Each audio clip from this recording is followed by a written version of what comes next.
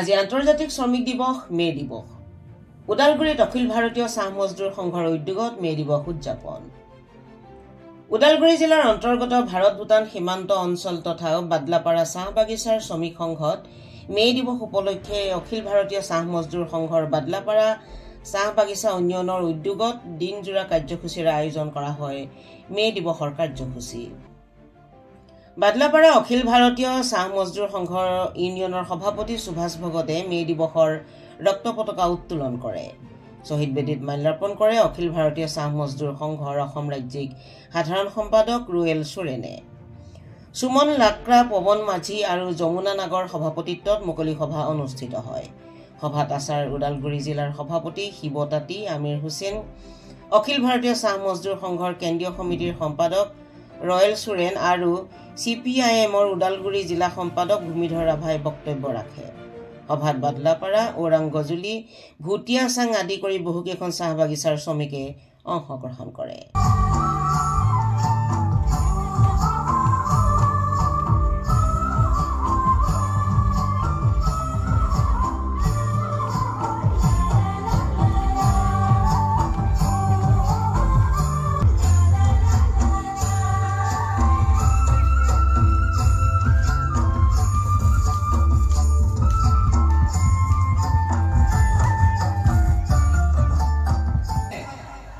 राजनीतिक दल बहुत हैं, एक तो इन देखा था लात लगे लगी खुल के बोल के लगी हम इनके संतोष खुदुराई है ये संतोष खुदुराई है आजकल सब मोबाइल चला रहा तो ही आज हेमंत विश्व शर्मा पार्लियामेंट में विधानसभा में उत्थापित करा थे धर्मा के लिए आज हम इनके धर्मा हम इन दावी करते हैं एक दिन में 661 टका हो लगी बोल के। और दूसरा दिखे अखिल गोगोई कृषक मुक्ति संग्राम के नेता आज हेमंत विश्व शर्मा आज एक धर्मा के लगी धर्मा के लड़ाई के भीतर हेमंत विश्व शर्मा 2 दिन बोला आज मैं जुदी 500 बढ़ाई देव बोले हम इनके बादलापाड़ा में आई है ना संतोष खुदुर मन के पूछा आज दिन बोलता जब हम इनके मातुर मन के 500 टका बढ़ाई देव बोल के बोले एक अक्षर में हो जाता के बोली में हो जाता आज रात नहीं लगे आज बादलापाड़ा में के भाषण मारा था लेक्चर मारा था मने आज बादलापाड़ा में हम इनके लाल झंडा के एकमात्र मने मे दिवस बातें नहीं है मे दिवस पालन कर नहीं है हेनु मने एकमात्र मनकर मकसद है लाल झंडा के गिरा बोई एकमात्र मनकर मकसद लगे तो आज संतोष खुदुर के प्रश्न करा आज SD कहाँ गेला बागान के मेदी पट्टा कहाँ गेला आदिवासी मन के हाजिरा 661 टका कहाँ गेला आज जो है आदमी के हम इनके लिए SMS के आदमी मान वेलकम करा था दुर्भाग्यजनक बात लगेगो हम इनके माथा कौन दिया है आज मैं तुम के बोला तो हम इनके कोनो MP MLA ना रहे हम इनके वोटिंग नाम साहब जाना था कि नहीं जाना था MP का ना रहे MP रहे राजमन के मुख से आवाज उठावा MP रहे छीना धर्मा के लगिन माटी के लगिन जायद के लगिन आज तुको लाइट के बेचारा आज जो हर आदमी मन के लिए वेलकम जनाते हैं कितना दुर्भाग्यजनक आज एकेबारे भारत সীমান্তত ওদালগুৰি জিলাৰ সীমান্তত মে দিৱস উদযাপন হৈছে ইয়াৰ বিষয়ে কি কব? স্বাভাৱিকতে আজি আমি অখিল ভাৰতীয় চাহ মজদুৰ সংঘৰ তৰফৰ পৰা পৃথিৱীৰ সকলো শ্ৰমজীৱী মানুহক আমি লাল সালাম আমি জনাইছোঁ মে দিৱস উপলক্ষে। আৰু মে দিৱস হৈছে শ্ৰমিকৰ এক ঐতিহাসিক অধিকাৰ এটা দিৱস আৰু এই দিৱস স্বাভাৱিকতে এনেই আমি পোৱা নাই। 1886 চনৰ পৰাই দীৰ্ঘদিন পুঞ্জিপতিৰ গোষ্ঠীৰ বিৰুদ্ধে শ্ৰমিকৰ লক্ষ লক্ষ শ্ৰমিকে প্ৰাণ আহুতি দিয়াৰ পিছত এই মে দিৱস আমি অৰ্জন কৰিছোঁ। আৰু শ্ৰমিকৰ এই অধিকাৰৰ সংগ্ৰামৰ জৰিয়তে শ্ৰমিকৰ তেজেৰে এই মে দিৱসৰ ইতিহাস আছে। আৰু ইয়াৰ পৰাই আমি মে দিৱসত প্ৰাসংগিকতা আজি তাৰিখত আৰু গুৰুত্ব বাঢ়িছে। স্বাভাৱিকতে আমাৰ দেশৰ চৰকাৰে শ্ৰম কোডৰ জৰিয়তে আকৌ পুনৰবাৰ সেই ব্ৰিটিছ দিনৰ যেটো খোখন খাখন যেটো তেওঁলোকে চলাব বিচাৰিছিল আজি পুনৰ তেওঁলোকে একেটা কথাকে আনিছে। 8 ঘণ্টা কাম, 8 ঘণ্টা আমোদ প্ৰামোদ, 8 ঘণ্টা বিশ্ৰামৰ যিটো আমাৰ 3টা ভাগত যিটো বিভক্ত কৰা আছিল 24 ঘণ্টা, সেইটো পুনৰ এতিয়া বিজেপি চৰকাৰে শ্ৰম কোডৰ জৰিয়তে 12 ঘণ্টা কাম কৰাৰ কাৰণে তেওঁলোকে যোজা কৰিছে। আৰু অন্যান্য যিবিলাক শ্ৰমিকৰ সুবিধা আছিল সেই গোটেইখিনি সুবিধা তেওঁলোকে চেছ কৰি আকৌ গোলামী যিটো জীৱন যাপন যিটো আছিলে, ব্ৰিটিছ শাসন যিটো আছিল, সেইটো তেওঁলোকে জাপি দিব বিচাৰিছে। আমি সেইটো বিৰোধিতা আমি কৰিছোঁ। এই মে দিৱসৰ জৰিয়তে আমি সকলো শ্ৰমজীৱী মানুহ এই শ্ৰম কোডৰ বিৰুদ্ধে ওলাই আহক আৰু অহা 20 মে তাৰিখে দেশৰ ধৰ্মঘট, সাধাৰণ ধৰ্মঘট অনুষ্ঠিত হ'ব আৰু এই হৰতালত যাতে সকলো চাহ শ্ৰমিকে ধৰি সকলো স্তৰৰ শ্ৰমিক যাতে অংশগ্ৰহণ কৰে। আমাৰ চাহ শ্ৰমিকসকলক বিশেষ আমি 3টা দাবীৰ ভিত্তিত, বিশেষকৈ মাটি, মজুৰি আৰু মৰ্যাদা, এই 3টা দাবীৰ ভিত্তিত অহা 20 মে তাৰিখে আমি হৰতালত আমি চামিল হ'ম। আমি দাবী কৰিছোঁ এই সময়ত আমি কাম কৰাৰ পিছতো আমি জীয়াই থাকিব পৰা নাই, একমুঠি খাব পৰা নাই। এই 250 টকাত কোনো কাৰণতে আমি পোৱা নাই, নোজোৰে। গতিকে এই সময়ত বিভিন্ন নতুন নতুন কোম্পানীবিলাক আহিছে, বাগানবিলাকতো নতুন নতুন আইন কানুনবিলাক আহিছে। আইন কানুন আনি লৈ কিনে আমাৰ মানুহবিলাকক তেওঁলোকে শোষণ কৰি আছে। এই ক্ষেত্ৰত দেখা গৈছে যে বিজেপি চৰকাৰে এই সময়ত বহুত বাগিচাত এতিয়াও তাৰমানে কাম কৰা পইচাও দিব পৰা নাই। আমাৰ ইয়াতে আমাৰ এই টংলা এলেকাতেও এইটো কেইবাটাও বাগান আছে যে এতিয়ালৈকে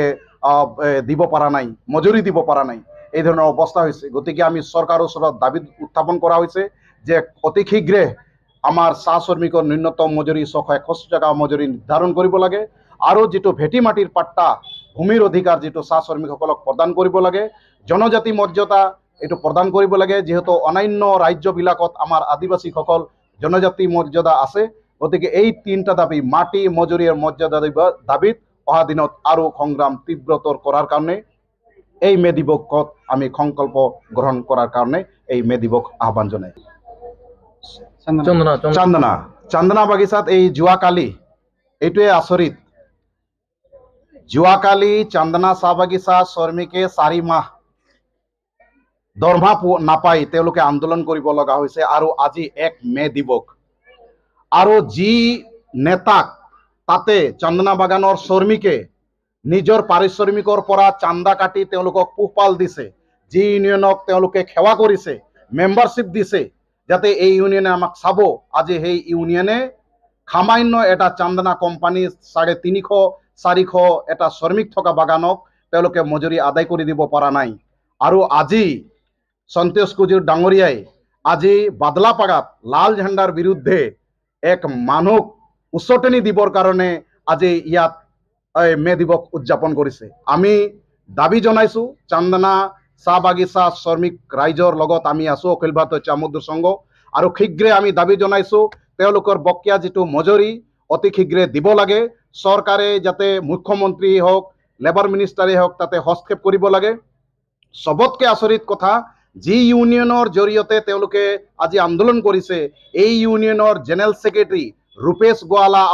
হৈছে আজি তাৰিখত অসম চৰকাৰৰ শ্ৰম দপ্তৰ মিনিষ্টাৰ। গতিকে ইয়াতকে দুখ হ'ব নোৱাৰে, দুখজনক কথা হ'ব নোৱাৰে। গতিকে মে দিৱস দিনাও কমচে কম তেওঁলোকক এই ন্যায্য প্ৰাপ্তিৰ কাৰণে আমি অখিল ভাৰতীয় চাহ মজদুৰ সংঘে আমি দাবী কৰোঁ শীঘ্ৰে তেওঁলোকৰ বকেয়া যিটো মজুৰি, এই মজুৰি প্ৰদান কৰিব লাগে। ভুগি আছে তেখেতসকলৰ ন্যায় পাবনে না এনেকাই চলি থাকিব? আজি 140 বছৰ 39 বছৰ এই যে মে দিৱস চলি আছে, আজি কোনটো যুগত আমি চলি আছো? চৰকাৰে আন্ধা হৈ আছে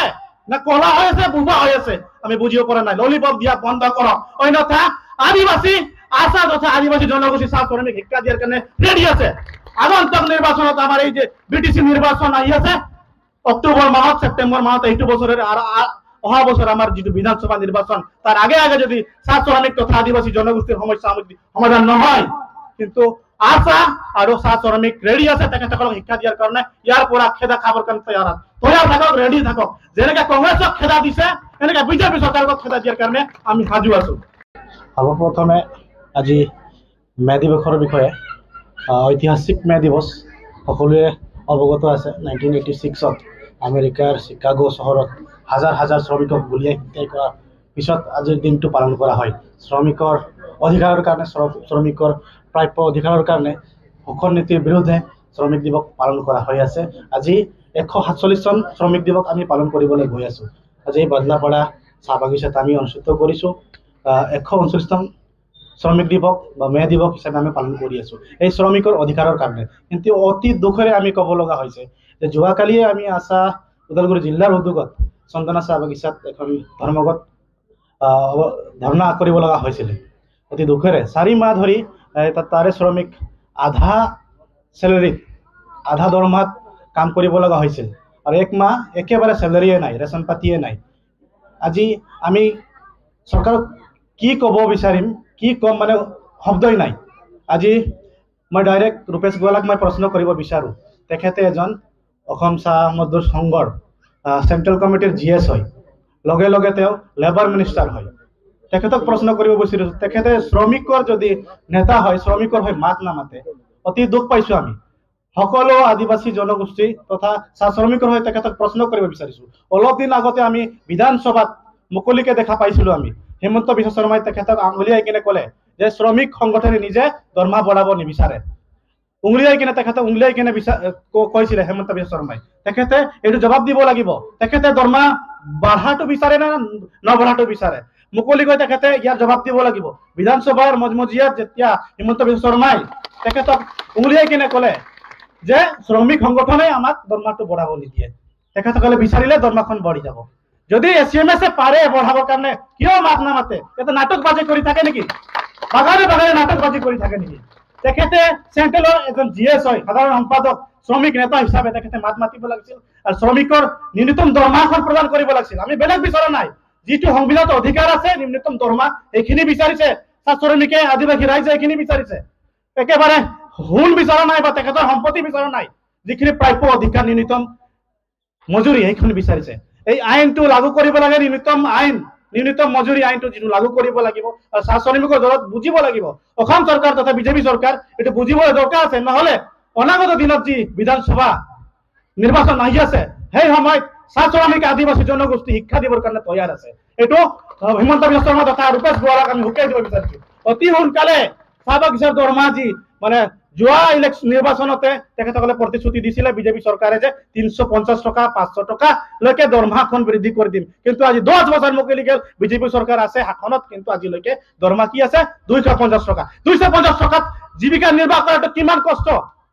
কষ্টত যদি ভুগি আছে আমাৰ ৰাইজ আদিবাসী ৰাইজ চাহ শ্ৰমিক ৰাইজ এইটো বুজিবলৈ দৰকাৰ আছে আজি যদি বাগানত এই 1 লিটাৰ তেল কিনিবলৈ যায় বজাৰত 200 টকা যদি হোটেলত খানা খাবলৈ যায় এক সাজ খাবৰ কাৰণে 200 টকা লাগে কিন্তু এই 250 টকাত যে সম পৰিয়ালক পোহপাল কৰি শিক্ষা দান কৰি আছে আচৰিত কথা এইখিনি যে চৰকাৰ যে বুজি পোৱা নাই আজিলৈকে তেখেতসকলে চকু আন্ধা আছে নে কাণ কলা আছে নে কি আমি বুজিব পৰা নাই কিন্তু আমি কাণ খুলি দিয়াৰ আৰু চকুখন খুলি দিয়াৰ কাৰণে তৈয়াৰ আছো অহা বিধানসভা নিৰ্বাচনৰ আগে আগে যদি তেখেতসকলে চাহ বাগিচা শ্ৰমিকৰ যদি সমস্যাসমূহ সমাধান নকৰে আমি শিক্ষা দিয়াৰ কাৰণে চৰকাৰ ৰেডি আছো তৈয়াৰ আছো সকলো চাহ শ্ৰমিক তথা আদিবাসী সংগঠন ইয়াৰ কাৰণে ৰেডি আছে আৰু আমি হিমন্ত বিশ্ব শৰ্মাক প্ৰশ্ন কৰিব বিচাৰিছো বাৰে বাৰে তেখেতৰ প্ৰেছ মিডিয়াৰ যোগেদি চাহ বাগিচা শ্ৰমিকৰ মাটি পট্টা দিয়া হব কি ললিপপ দিয়া আছে যদি দি দিয়ক ভাই ইমান বছৰ লাগে নেকি দিয়াৰ কাৰণে